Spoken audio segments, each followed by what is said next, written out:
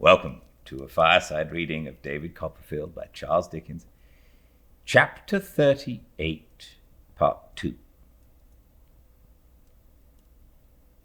When I got to the office and, shutting out old Tiffy and the rest of them with my hands, sat at my desk in my own particular nook thinking of this earthquake that had taken place so unexpectedly, and in the bitterness of my spirit cursing Jip, I fell into such a state of torment about Dora that I wonder I did not take up my hat and rush insanely to Norwood. The idea of their frightening her and making her cry, and of my not being there to comfort her, was so excruciating that it impelled me to write a wild letter to Mr. Spenlow, beseeching him not to visit upon her the consequences of my awful destiny. I implored him to spare her gentle nature, not to crush a fragile flower, and addressed him generally, to the best of my remembrance, as if, instead of being her father, he had been an ogre or the dragon of Wantley. This letter I sealed and laid upon his desk before he returned, and when he came in I saw him through the half-open door of his room. Take it up and read it. He said nothing about it all the morning, but before he went away in the afternoon he called me in and told me that I need not make myself at all uneasy about his daughter's happiness. He had assured her, he said, that it was all nonsense, and he had nothing more to say to her. He believed he was an indulgent father, as indeed he was, and I might spare myself any solicitude on her account. You may make it necessary, if you are foolish or obstinate, Mr. Copperfield, he observed, for me to send my daughter abroad again for a term. But I have a better opinion of you. I hope you will be wiser than that in a few days. As to Miss Murdstone, for I had alluded to her in the letter, I respect that lady's vigilance, and I feel obliged to her, but she has strict charge to avoid the subject. All I desire, Mr. Copperfield, is that it should be forgotten. All you have got to do, Mr. Copperfield, is to forget it. All. In a note I wrote to Miss Mills, I bitterly quoted this sentiment. All I had to do, I said with gloomy sarcasm, was to forget Dora. That was all, and what was that? I entreated Miss Mills to see me that evening, if it could not be done with Mr. Mills's sanction and concurrence. I besought a clandestine interview in the back kitchen where the mangle was. I informed her that my reason was tottering on its throne, and only she, Miss Mills, could prevent its being deposed. I signed myself hers distractedly, and I couldn't help feeling, while I read this composition over before sending it by a porter, that it was something in the style of Mr. Micawber. However, I sent it. At night I repaired to Miss Mills's street and walked up and down until I was stealthily fetched in by Miss Mills's maid and taken the area way to the back kitchen. I have since seen reason to believe that there was nothing on earth to prevent my going in at the front door and being shown up into the drawing-room except Miss Mills's love of the romantic and mysterious. In the back kitchen I raved as became me. I went there, I suppose, to make a fool of myself, and I am quite sure I did it. Miss Mills had received a hasty note from Dora telling her that all was discovered and saying, "Oh, pray, come to me, Julia, do. But Miss Mills, mistrusting the acceptability of her presence to the higher powers, had not yet gone, and we were all benighted in the desert of Sahara. Miss Mills had a wonderful flow of words, and liked to pour them out. I could not help feeling, though she mingled her tears with mine, that she had a dreadful luxury in our afflictions. She petted them, as I may say, and made the most of them. A deep gulf, she observed, had opened between Dora and me, and love could only span it with its rainbow. Love must suffer in this stern word. It ever had been so, it ever would be so. No matter, Miss Mills remarked, hearts confined by cobwebs would burst at last, and then love was avenged. This was small consolation, but Miss Mills wouldn't encourage fallacious hopes. She made me much more wretched than I was before, and I felt, and told her with the deepest gratitude, that she was indeed a friend.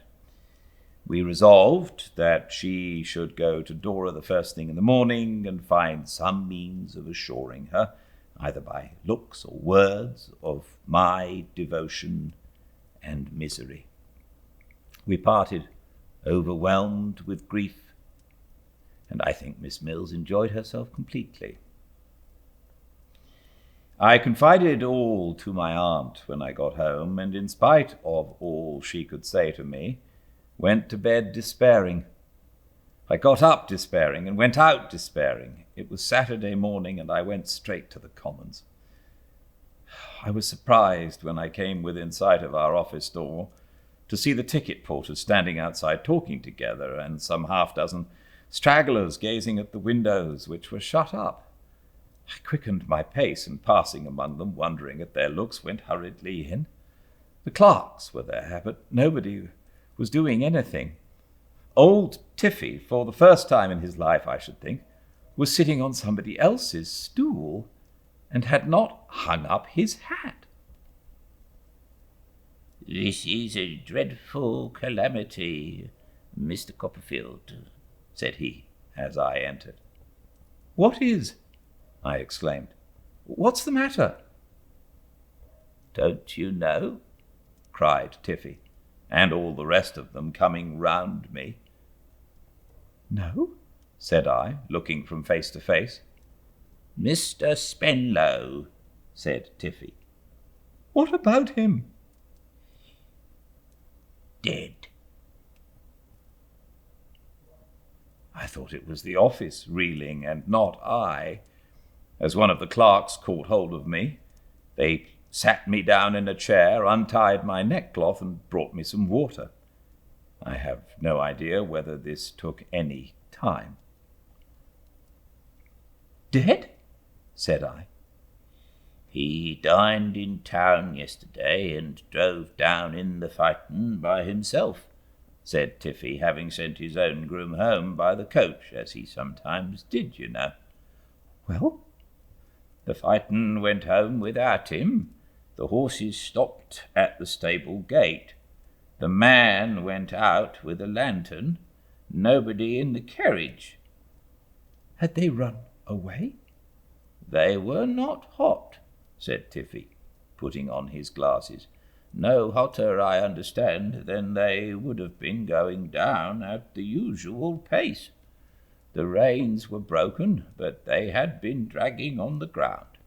The house was roused up directly, and 3 of them went out along the road. They found him a mile off." "More than a mile off, Mr. Tiffy," interposed a junior. "Was it? I believe you are right," said Tiffy. "More than a mile off, not far from the church, lying partly on the roadside and partly on the path, upon his face. Whether he fell out in a fit or got out, feeling ill before the fit came on, or even whether he was quite dead then, though there is no doubt he was quite insensible, no one appears to know. If he breathed, certainly he never spoke. Medical assistance was got as soon as possible, but it was quite useless." I cannot describe the state of mind into which I was thrown by this intelligence. The shock of such an event happening so suddenly, and happening to one with whom I had been in any respect at variance. the appalling vacancy in the room he had occupied so lately, where his chair and table seemed to wait for him, and his handwriting of yesterday was like a ghost. The indefinable impossibility of separating him from the place, and feeling, when the door opened, as if he might come in, the lazy hush and rest there was in the office, and the insatiable relish with which our people talked about it, and other people came in and out all day and gorged themselves with the subject. This is easily intelligible to anyone. What I cannot describe is how, in the innermost recesses of my own heart, I had a lurking jealousy even of death, how I felt as if its might would push me from my ground in Dora's thoughts, how I was, in a grudging way I have no words for, envious of her grief, how it made me restless to think of her weeping to others or being consoled by others, how I had a grasping, avaricious wish to shut out everybody from her but myself, and to be all in all to her at that unseasonable time of all times. In the trouble of this state of mind, not exclusively my own, I hope, but known to others, I went down to Norwood that night, and finding from one of the servants, when I made my inquiries at the door, that Miss Mills was there, got my aunt to direct a letter to her, which I wrote. I deplored the untimely death of Mr. Spenlow most sincerely, and shed tears in doing so. I entreated her to tell Dora, if Dora were in a state to hear it, that he had spoken to me with the utmost kindness and consideration, and had coupled nothing but tenderness, not a single or reproachful word, with her name. I know I did this selfishly to have my name brought before her, but I tried to believe it was an act of justice to his memory. Perhaps I did believe it. My aunt received a few lines next day in reply, addressed outside to her, within to me. Dora was overcome by grief, and when her friend had asked her should she send her love to me, had only cried, as she was always crying, "Oh, dear papa, oh, poor papa." But she had not said no, and that I made the most of. Mr. Jawkins, who had been at Norwood since the occurrence, came to the office a few days afterwards. He and Tiffy were closeted together for some moments, and then Tiffy looked out at the door and beckoned me in.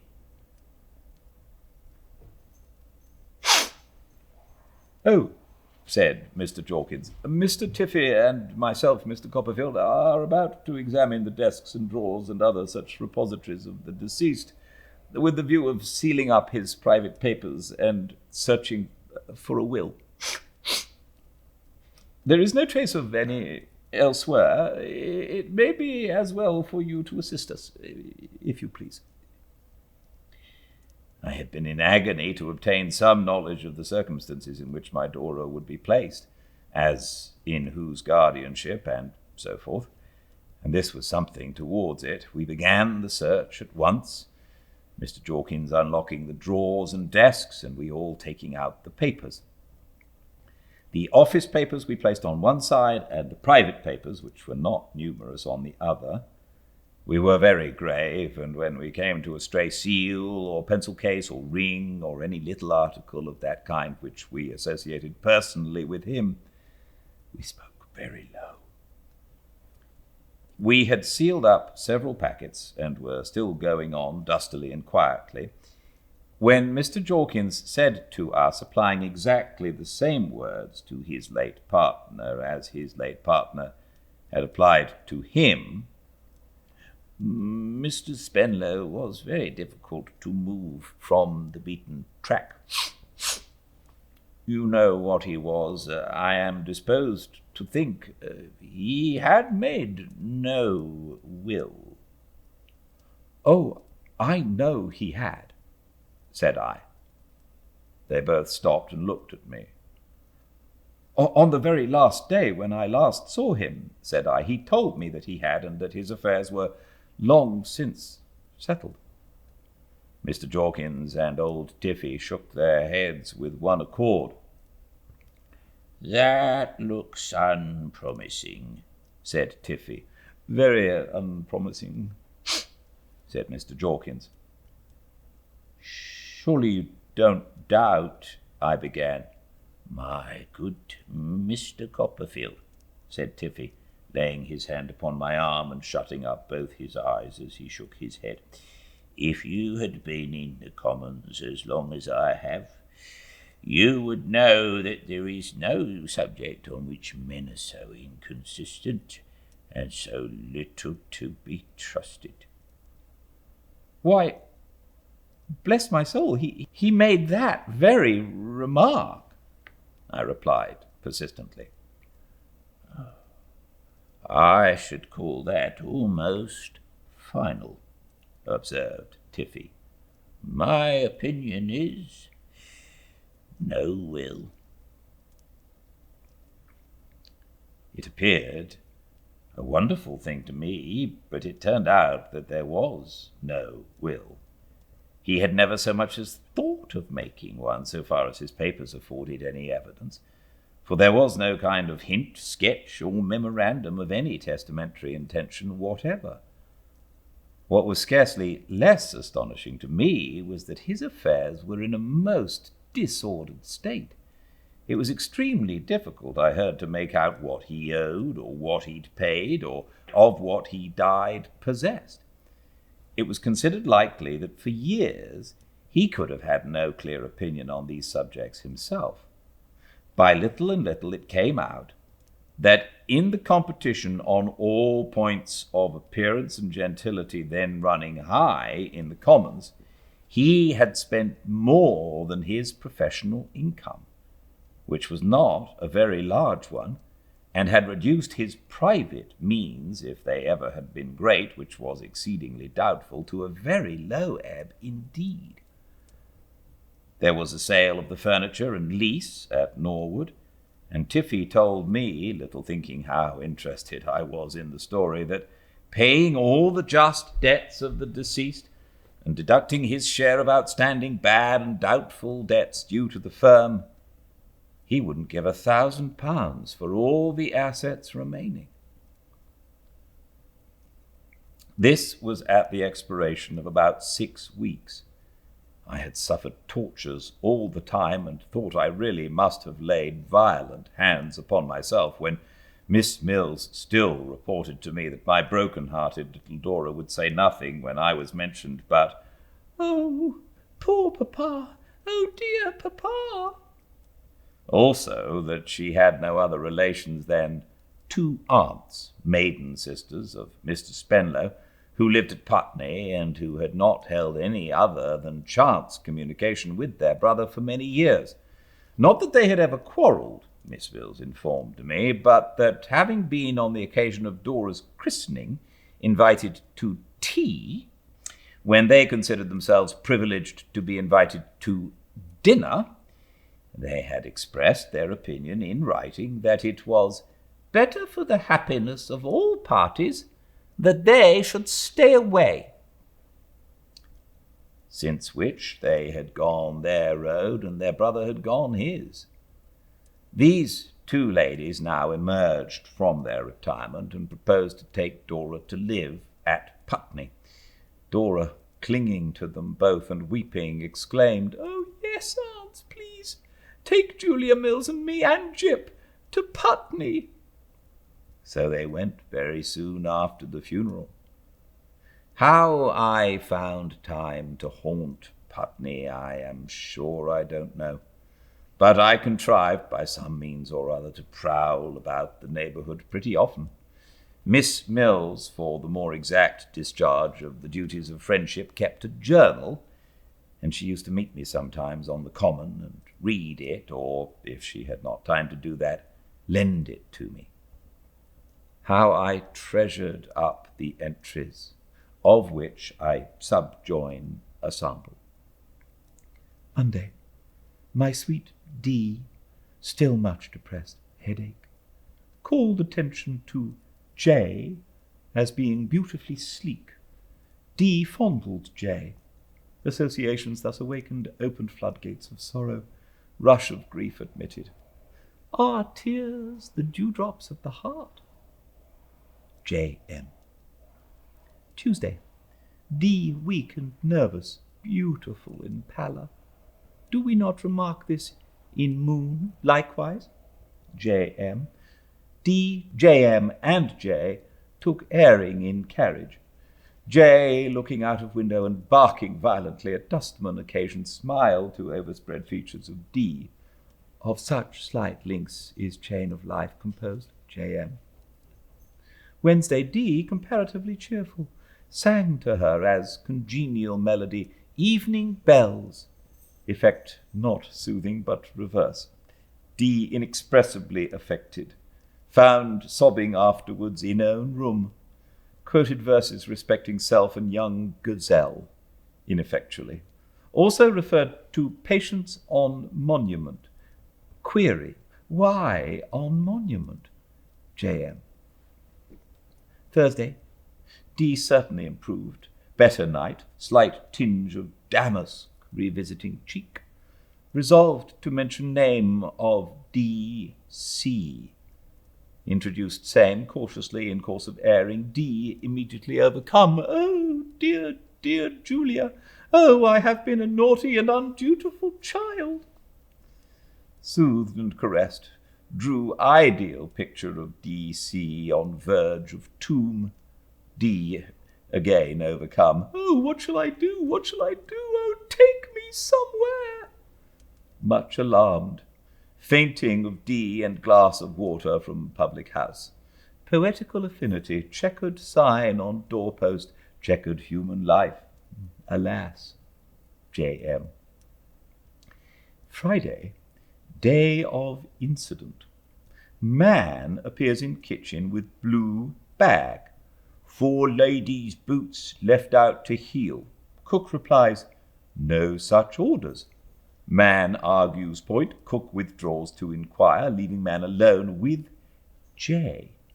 On Cook's return, man still argues point, but ultimately goes. J missing. D distracted. Information sent to police. Man to be identified by broad nose and legs like balustrades of bridge.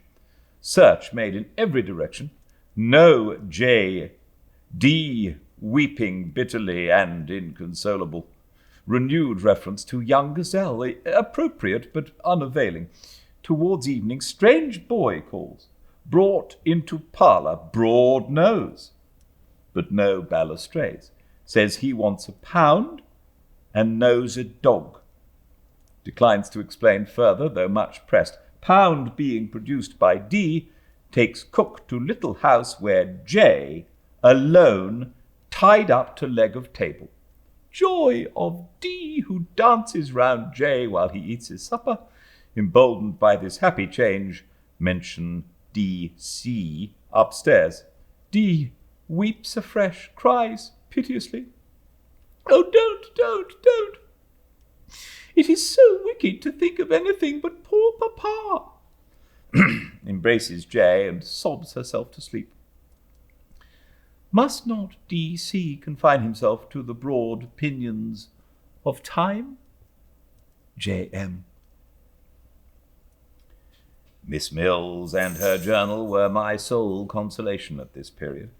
To see her who had seen Dora but a little while before, to trace the initial letter of Dora's name through her sympathetic pages, to be made more and more miserable by her were my only comfort.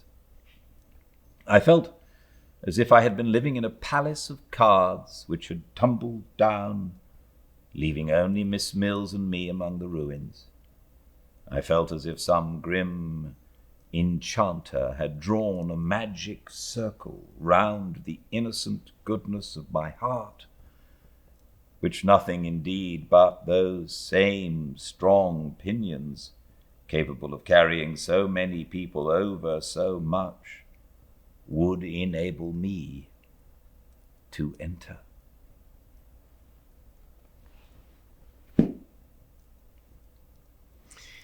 Well, it's all go. How exciting. I do hope you're enjoying this as much as I am. Thank you so much for your company. I read every day live at 5 Pacific at Fireside Reading on Instagram. All the channels uploaded to the YouTube channel Fireside Reading. Until I see you all again for the next exciting installment, please everyone stay very well.